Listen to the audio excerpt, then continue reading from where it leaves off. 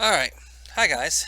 Um, First off, I guess, welcome back from break.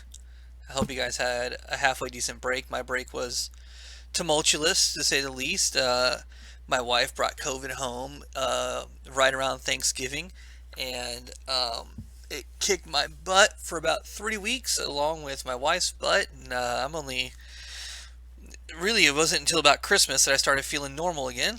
And so, my run up to the Christmas season was kind of disrupted, which is sad. Then we traveled down to my dad's house over Christmas break once everyone was feeling better. And our first day there, my daughter broke her arm because she got a hoverboard for Christmas, and she promptly fell off of it and broke her arm. So we got to take her to the emergency room and then come back home.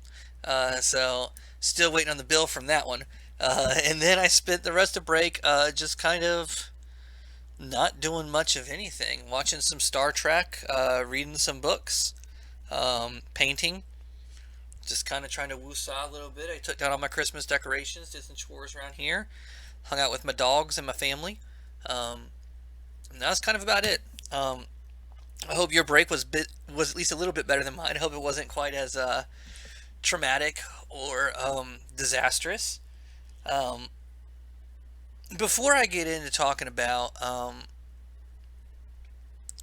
before I get into talking about third 9 weeks and kind of our roadmap, which by the way, that's all I'm doing today. All I'm doing for our first session is just giving you a roadmap of what's coming and kind of what to expect this 9 weeks. You'll have a discussion post, and that's going to be it for this first class session. I'm not trying to overburden you because we are going to hop it back into it with both feet next week.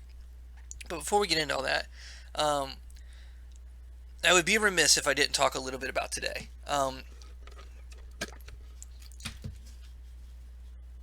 I've gotten to know some of you very well um, through our time together, and you kind of know who I am as a person. And some of you, I'm pretty much a stranger to, um, given the nature of this reality that we find ourselves in. But I do want to take just a moment and say that right now it's okay to be upset. It's okay to feel anxious or nervous or disquieted about the state of things, um, both personally and kind of in a society at large way. Um, I find myself feeling very anxious and a little bit upset. I've had to have some rough conversations with my daughters and with my wife. Um, most of you know at this point, that my wife is an African American. My daughters are mixed, and that has led to some very hard conversations having to be had with my daughters over the last year, especially after the unrest of the summer. Um, and then it led to some hard conversations whenever, today my daughter was watching the news. She's 12 and she saw somebody who had stormed the Capitol building uh, in a violent attempt to disrupt our government, carrying around the Confederate flag. Um, and so, that it's okay to be upset about things like that. But I want to tell you that the root of what we're seeing, the root of the kind of degradation that we are experiencing in our society is I think it's two things. One is it's a lack of empathy. It's a lack of trying to understand others and trying to feel what they feel. And what I mean is this, the people who were upset over Colin Kaepernick kneeling, or the Black Lives Matter protest. Usually that comes out of a place of limited personal experience with people of color. It comes out of a place of not taking the time to try and understand the palpable fear of being a small minority in a country. African Americans only make up about 13% of the nation at large, and they face violence overwhelmingly, disproportionately from police officers. And the people that are upset typically have not taken the time to pause and try and understand what that must be like, or to try and consider those feelings. Likewise, it's easy to look at places like Michigan or Detroit or the rural South and just kind of holistically judge these people as uneducated or uninformed or whatever, and not stop to listen to their very real concerns about their jobs disappearing, their communities falling apart, their infrastructure collapsing, and the kind of hopelessness that exists in some of these kinds of communities. Um, and I think that people from the cities, it's easy to write these whole swatches of the country off. They call it flyover country. Um, and what we do is we spend all of our time in our social media bubbles or in our friend group or whatever, listening to people that think like we do, engaging with people that think like we do. And when we do run across somebody that we don't agree with, we typically, it is combative. It is from a sense of argumentation. And listen, I'm guilty of this too. My wife tells me all the time, I can tell when you're arguing on the internet because you type really hard. Um, we come across people and and and when we agree with them, especially online, it becomes so easy to just become confrontational. Go to confrontation as the first step. Um, if there's one thing that I would love for your generation to be able to rectify, um, it is our seeming inability to listen, to slow down and hear each other, to to reach for the common humanity in all of us. You can have major ideological differences with other people. I am the political outsider in my family. I will not share with you what my personal politics are because I don't believe in that. I believe that um, none of this is about me. It's about you guys. So I won't share what my personal politics are. But I'm the political outsider in my family by a pretty wide stretch. Doesn't mean that I don't love my family. Doesn't mean that I think they're horrible, evil people. I think that sometimes they are misinformed or sometimes they are misguided, but I still care deeply for them, and I think that they are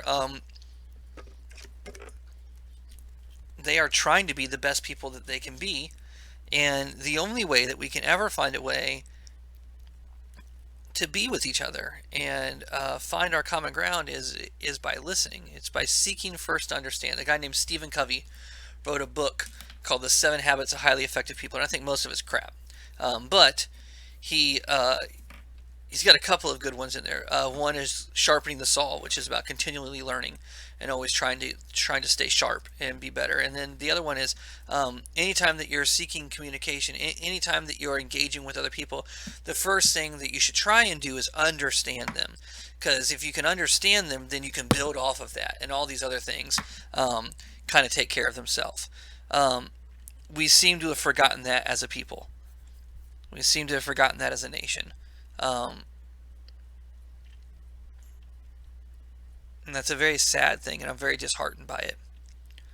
But I have hope because I teach you guys, and I have spent time in the classroom with some amazing individuals, some unbelievably thoughtful, kind, caring, compassionate people that I believe can create a great world for my daughters. You guys are creating the world that my daughters will live in. I'll be old, useless, or dead. You guys will make that world for them. Um, and I believe in your capacity to do better. I believe in your capacity to be better. I believe in your capacity to be great. So please do that. I'm sorry we're handing you such a mess. I'm doing my best. I know other people are doing their best, but it is a mess. I'm not going to lie to you. Um, I'm sorry. That's all I got. So, with all that, let's talk about the third 9 weeks.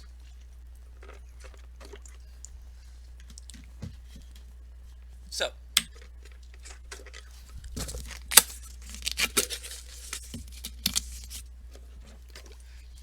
so with you guys, we officially finished content for this course. Um, we officially finished all the content for this course last 9 weeks. We're not going to learn anything new in TOK anymore. What we're going to work on the third 9 weeks is we got to get. So only like half of you actually submitted TOK presentations, which is already a problem.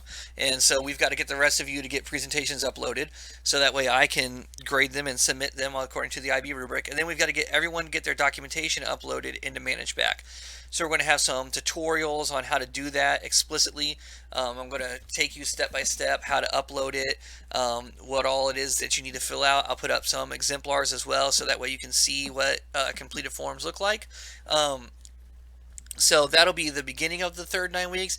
And then once we get all that stuff sorted out, then we're going to move on to the TOK essay. TOK essay should really only take us about a week, maybe a little bit longer with revisions, because I am going to try and give you guys explicit feedback, so that way you guys can do as well on it as possible. But then after that, TOK is done.